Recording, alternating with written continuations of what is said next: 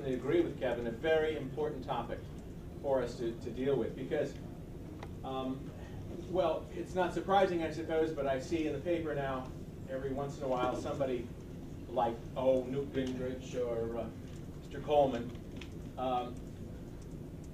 incorrectly analyzing several things about the votes that were in Colorado, in my race in particular, but generally completely off base when it comes to talking about what is the impact of the Hispanic vote on our races, and what's, more importantly, what's the impact of the immigration debate on that vote.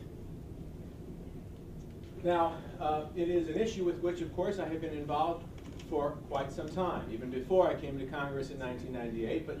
But when I did, I could tell, and it was really, at that time, almost anecdotal. I mean, the people that you would meet, the people that would come up to you on the streets, and the people that would send you emails and that sort of thing, who were Hispanic, and talk about how much they supported our efforts. But it was, again, anecdotal. What could you say about that? I have a lot of people whose last name is Hispanic who in fact tell me all the time that they support what I'm doing. But I knew that the conventional wisdom on this issue was wrong. And that indeed there is not a monolithic vote within the Hispanic community. They do not vote the way that, let's say, African Americans do in the United States. You can count on them for 90-some% all the time, you know, for Democrats. That is not true with Hispanics. And the first time that we saw concrete, absolute, undeniable, empirical proof that what I was saying was right was when this little thing came up in Arizona. A little bill in Arizona, right? Senate Bill 1070.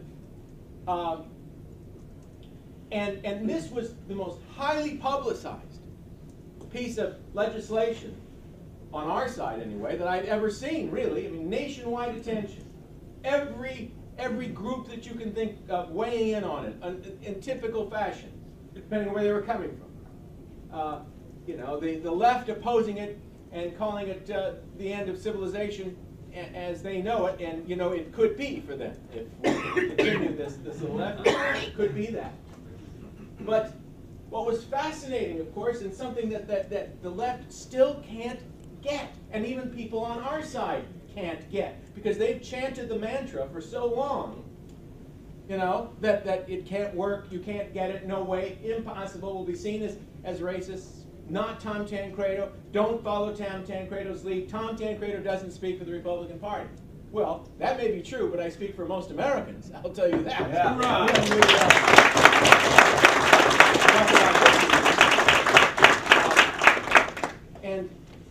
And so there we were with a situation where Arizona comes up with, Senator Pearson comes up with this great bill, and there, by the way, there's several others that they passed that people don't pay enough attention to. One is one telling the public schools no more of this multiculturalism garbage, which is a wonderful bill that nobody knows about. But this thing passed, and they start polling on it, polling before and of course afterwards, and what do they find? 60-some% of Hispanics in Arizona support the bill. Oh, what does this do to the worldview of all these people who keep chanting the mantra? Well, how do they explain it? This is not just any bill. This is not even just a little tiny bill adjusting a tiny little thing on the immigration front. This is a major, perhaps the most significant attack on illegal immigration that I have seen, certainly from the States. And it was billed as that by the national media. So where did these people come from? How can they be doing this? Well, it's because, of course, they see the same problems we see. For the most part, these are folks who say, you know, I've been here a long time. My people were here in Colorado. I can tell you, lots of Hispanic folks were there long before my people got to Colorado. And they resent the fact that they are oftentimes identified by people as being, well, they may be here illegally. After all, look at all the stuff, the problems. They resent it too. And they resent the fact that the people who are coming here illegally end up with the same benefits, same goodies, if you will, that they got only by way of being American citizens. And they resent it, as they well should. And so then they took polls all over the country. And guess what? They found same thing. Colorado, 60-some% of all Hispanics supported the bill. So it comes to our race, and this is the one I think Gingrich talked about, and Coleman said, well, look what happened to Colorado, and Tancredo shows us that this doesn't fly. Well, you know, if they bother to actually analyze what happened in Colorado, they would see that it had nothing to do with this issue. I mean, certainly I was running, and that was one part of our campaign, but relatively small. I mean, we had a lot of other issues to talk about. But it is also true that there's no one perhaps better known in Colorado as being a hardcore on this issue of illegal immigration than I am. So yeah, definitely I was kind of the poster boy for it. Even though, as I say, we didn't make a big deal out of it during the campaign because we had so many other issues to deal with. Well, there was one poll, I am only aware of one poll, and it was a Rasmussen poll that actually identified the vote breakdown between myself and the guy I was running against, the Democrat I was running against. His name was Hickenlooper. He is the now governor of Colorado. And I had 41% of the Hispanic vote, and he had 40%. Okay? Now, the reason I lost, and by the way, lady back here is not the reason. The lady back here is the lady that ran the campaign and can tell you, and she will, I'm sure, tell you a lot more about the intricacies of it. But the fact is, I was running against not just a Democrat. I had to get into the race with two months before the election for a variety of reasons, as I say, we can certainly go into it. But the point is, I got in 2 months before an election, and I had to run as a third-party candidate. It's too late to run as a Republican.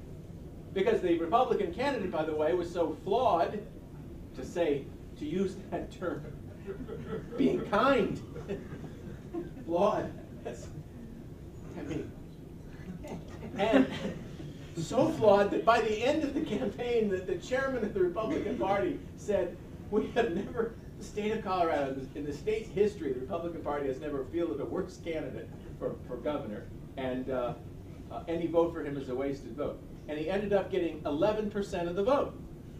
The Republican got 11%. I got 38, something like that. Well, the fact is, that's the problem. I mean, that's what we had to deal with. It wasn't the Hispanic vote in Colorado that did anything to my campaign in a negative way. We had absolutely no funding. You know, we had nothing from, certainly, the Constitution Party on the ticket on which I was running, no financial support. We raised, what? 1.3. $1.3 million. They spent $5 or $6 million. Would have spent a lot more if we had been, I think, a more significant threat. But on the other hand, we could have been a more significant threat if we had had a substantial, and again, it was like 2 weeks. And at the end, the polling was at the end, we were indeed either ahead or 1 point behind at the night of the election. The problem was we had had a month of early voting, and all those early votes went into the hopper, and they were not mine. And the polls just kept moving like this until the very end, when we had every Republican supporter now coming on board, you know, and Sarah Palin and Michelle Malkin. Michelle Malkin and everybody that, you know, we would have hoped would have been there at the beginning. We're eventually there at the end. And so I think we did our best, and I think it was a good showing. But my point is, it's got nothing. It's now used as the stalking horse by people who want to, for whatever reason, continue to portray this issue as something that divides the Hispanic community and will turn them against Republicans. It is simply untrue. It's just not an empirically provable fact. And yeah, you know, Republicans get 35% of the Hispanic vote generally. Well, that's true, but they get 35% of the Hispanic votes whether you're the most pro-amnesty Republican or not. You know, John McCain did not do that well, if you recall. What more do they want from a Republican candidate? Jeb Bush. Yeah, Jeb Bush. So what did I didn't see? What did Newt Gingrich say? I guess I missed it. Or Coleman about John McCain's vote and lack of Hispanic support. What was that all about? You know, what more could he have done? So what I'm pointing out is that you will actually gain votes if you are truthful about the issue, if they know you're not talking about that this has got nothing to do with race, and certainly they know with me that it has nothing to do with race, ethnicity, any of that junk. It's got nothing to do with how I feel about it or why I talk about it. A lot of other things. But that's a situation that existed in our race, and I just wanted to bring that to your attention, try to clear the air about it and all that. And to tell you that it is an issue that resonates. It still does with the majority of Americans. We got lots, and believe this or not, we got lots and lots of Democrat votes in this gubernatorial election as a result of my position on that issue. Now, I don't know to what extent the fact that I actually support the legalization of marijuana may have hurt my cause, but it's a great talk radio subject, but probably not all that wonderful for a campaign. But I mean, that played into it someplace too, I'm sure. But my point is that the illegal immigration thing is just not. It's not the deal they think it is, and they try to divert it. I cannot tell you their motivation. I don't know. Maybe they just really believe that it's the truth. But as I say, I encourage them to look carefully and stop making statements like that, because the pandering will get you nowhere in these elections, and it shouldn't. And you start that, and believe me, people turn you off, and they should. So, anyway, that's what I have to say about it. Yeah. A lot of it. Oh.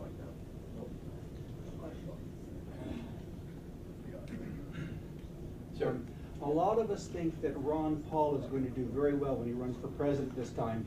Have you had any experience with him in Congress that would lead us to think that he's going to become more favorable on our issue here? No. Yes, I've had plenty of experience with him. He's a great guy. I admire and really, really, and truly do appreciate his positions on a lot of issues. I do not think he's coming our way on this one. Would you be able to meet with him and talk to him about it? Anytime. Anytime? Okay, great. Absolutely, of course I would. Of course I would. We had we did go through a presidential primary and together, and that's the only thing we really had. Well, that and we had another little issue about whether or not we're really facing a threat from radical Islam. By the way, on that, Congressman, thank you for supporting Ron Paul at that Des Moines shutout, where they shut Ron Paul out of the presidential debate in Des Moines in July of 2007. You were the man that stood up and said he should be in here. Sure, well, absolutely. Thank you. Should have been absolutely true. Anything else?